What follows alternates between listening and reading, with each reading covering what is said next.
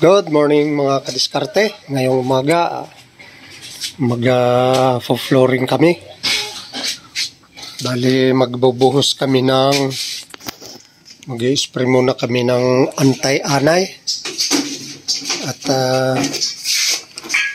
para sa mga iba dyan na gustong maglagay ng anti-anay, may isi-share ako sa inyo.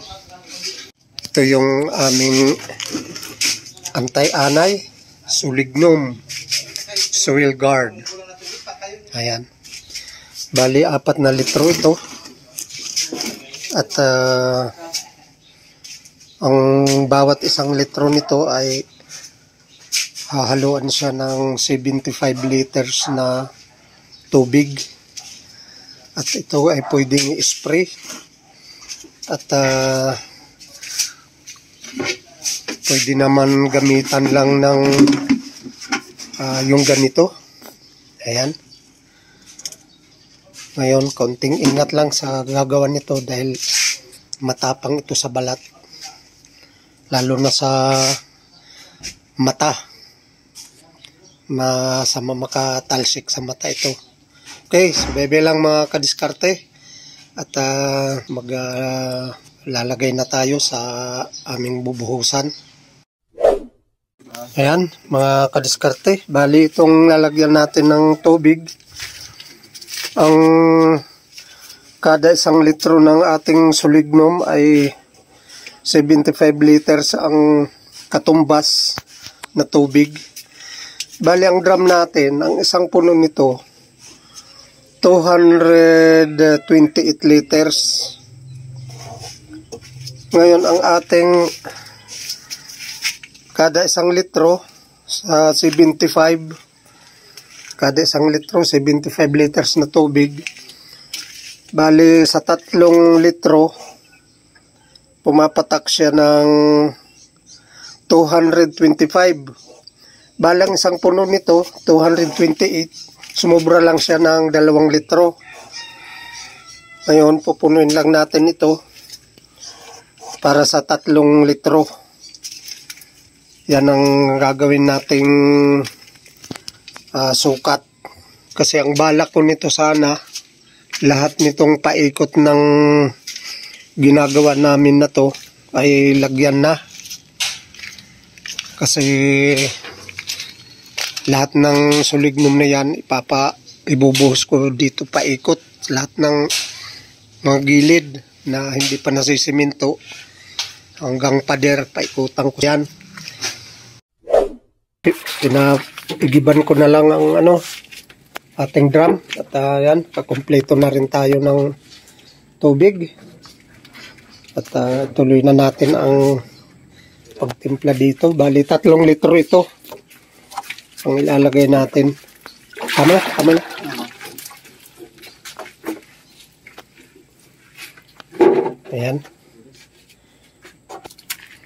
Ayan, lalagyan na namin.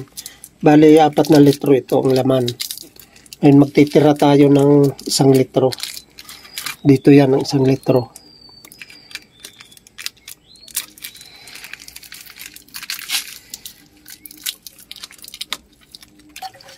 Ayan, kulay puti yan. Kung maghalo ko, boy.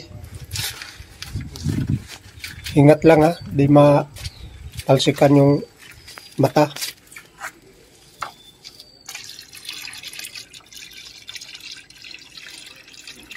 Dapat may gloves tayo. Kapten na ito. Sabagay, na lang. May lagyan na naman tayo. Ingat lang pagtabo. Tingnan mo, baka sumubra. Kulang pa, sige pa. Oops. Yan. Yan, okay na. Sobrang na ako.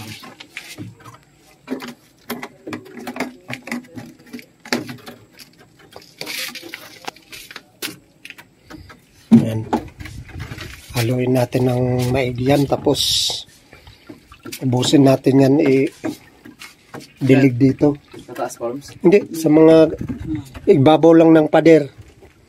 Kasi ang tulo niyan papunta sa mga sisip-sip yan sa mga gilid. Ang anay niyan hindi naaakyat yan. Hindi pala masarap babad mga kahoy, no? Tapos itong mga palibot natin na hindi pa na simento, lalagyan yan. Paikot. Puting-puti.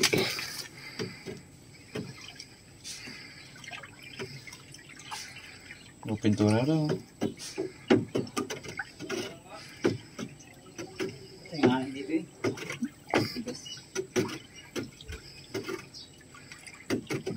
Magkano isang litro ng ganyan, Poms? Parang 5,000 plus yung isang galon. Yan ang sira. 4 yan. Ayan. Wala tayong magandang tabo. Yan na lang ang ano, isaw-saw hanggang mapuno.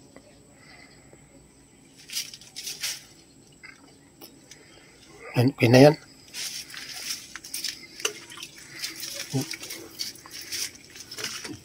Testing mo dyan. Yan.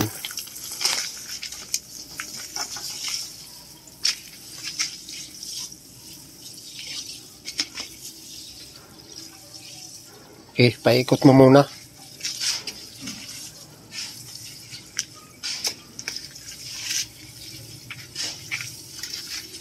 Tingnan natin kung hanggang saan ang abot niyan. Ito ka na lang.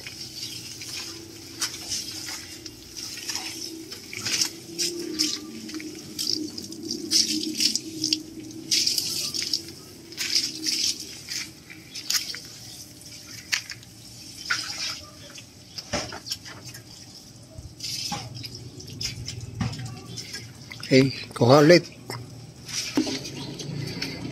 Isang pitsil na kami.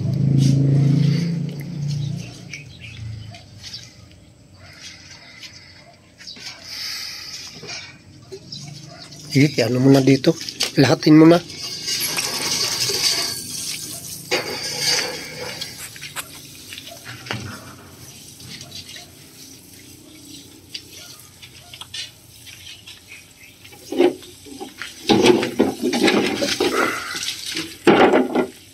Hindi naman masyadong kuhaan yan kasi hindi naman katulad yan ng aksido na pag natalsikan ka, sunog. Kaya na medyo pag napuruhan ka yan, kakati lang ng konti yan. Huwag lang po sa mata. Huwag lang sa mata. Pero kailangan diretso hugas lang pag ano.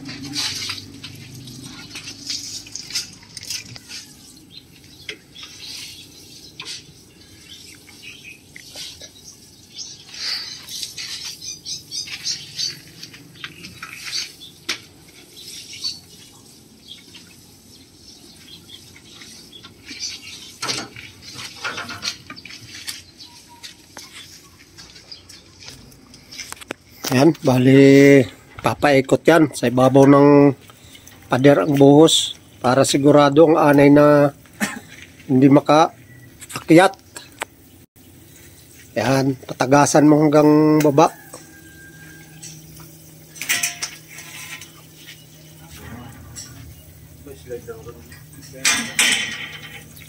Basta't ano na sa baba, umabot na, okay na. Baka ikaw kanya umabot sa baba. Okay, atras.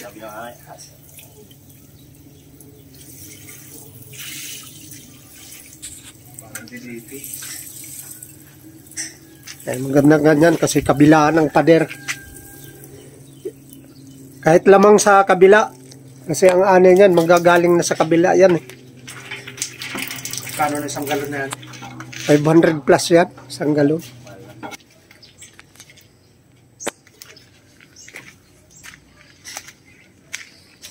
Ayan, ito dito, nalagyan na ito eh. Pinaliguan na ito eh. Ayan.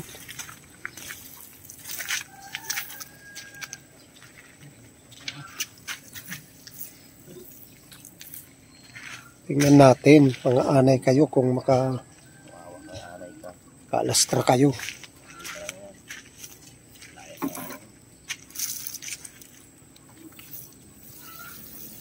Sige, sa ibabaw lang.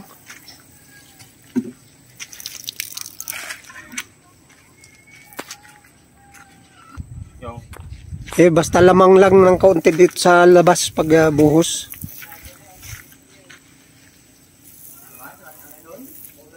Bay nhỏ.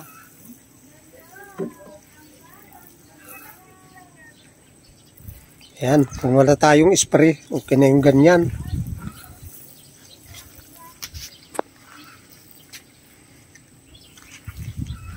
Okay, yan, ganyan lang mga kadiskarte ang paggamit niyan. Sana makatulong din ako sa inyo sa mga gustong lagay ng ganyan. Kung marami kayong anay sa lugar talaga, yung mga ganito dapat lagyan talaga muna ng sulignum, anti-anay. Ayan. Kasi kung minsan talagang anay nasa ilalim lang ng lupa, ito namang sa amin, wala namang kaming nahagip na anay dito, pero sinisiguro lang na yung mga galing sa labas hindi makapasok, kaya yung pader na yan pinapaliguan namin para hindi mag-akyat dyan yung mga anay galing sa labas. Ayan. Pero ganun pa man, kahit wala kaming nakitang anay dito sa loob, itong mga gilid-gilid, bago simintuhin namin ito, ayan, bubuhusan namin yan, lalagyan ng sulignum, anti-anay, ayan, papaliguan namin ito dito. Lahat yan, hanggang doon, paikot, para sigurado ang anay umatras. Kaya kasi mahirap pagka napasok ng anay, kahit mga damit yan, lahat yan, walang patawad yan hanggat mangangat-ngat nila. Ayan, itong mga ganito. Kaya hindi muna namin ito siniminto.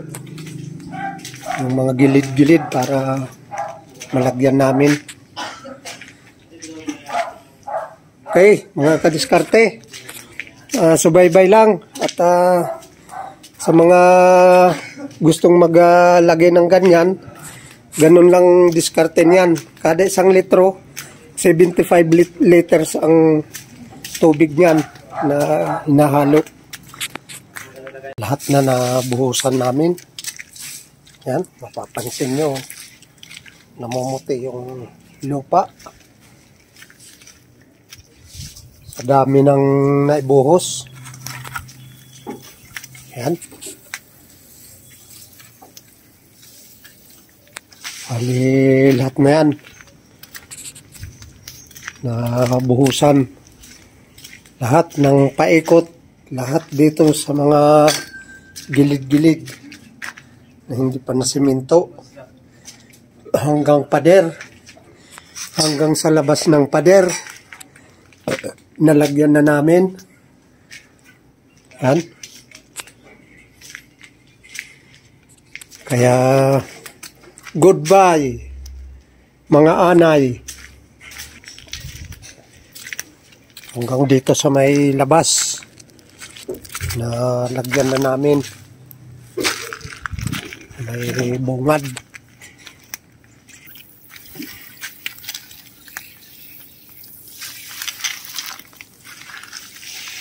Ayan, galing na sa tasan. Kanina sa ibabaw kami ng pader.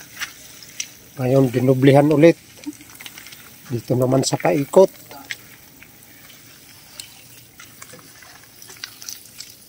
Para sigurado.